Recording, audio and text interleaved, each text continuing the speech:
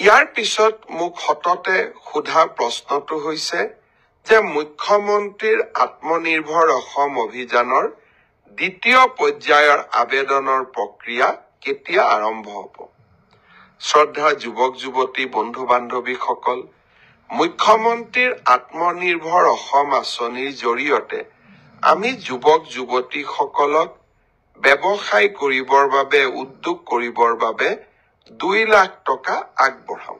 আৰু যিসকলে MBBS engineering pass কৰিছে তেওঁলোকক আমি 5 লাখ টকা আগবঢ়াও। যোৱাবাৰ আমি 25,000 যুৱক যুৱতীক ইতিমধ্যে 1 লাখ টকাকৈ আগবঢ়াইছো। আৰু তেওঁলোকৰ গোটেই ব্যৱসায় উদ্যোগ কেনেকে চলিছে তাক সৰজমিন ভাৱে তদন্ত কৰাৰ পিছত 2025 চনত তেওঁলোকক আমি আৰু 1 লাখ টকা দিবৰ বাবে চেষ্টা কৰিম। এতিয়া হৈছে নতুনকৈ আবেদন কৰা।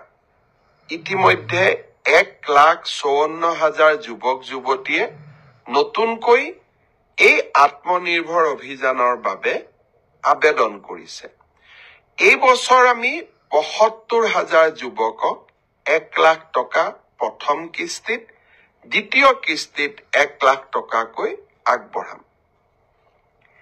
ইতিমধ্যে যি 1,54,000 যুৱক যুৱতীয়ে পঞ্জীয়ন সমাপ্ত কৰিলে, এতিয়া তেওঁলোকৰ বাবে আবেদনৰ সময়।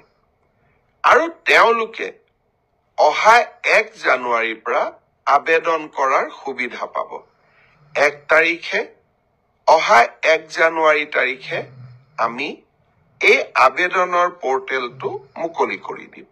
মিউচুৱেল ট্ৰেন্সফাৰৰ পৰ্টেলো মুকলি হ'ব আৰু সমান্তৰালভাৱে মুখ্যমন্ত্ৰীৰ আত্মনিৰ্ভৰ অভিযানৰ আবেদনৰ পৰ্টেলো আমি 1 জানুৱাৰী তাৰিখে মুকলি কৰি দিম।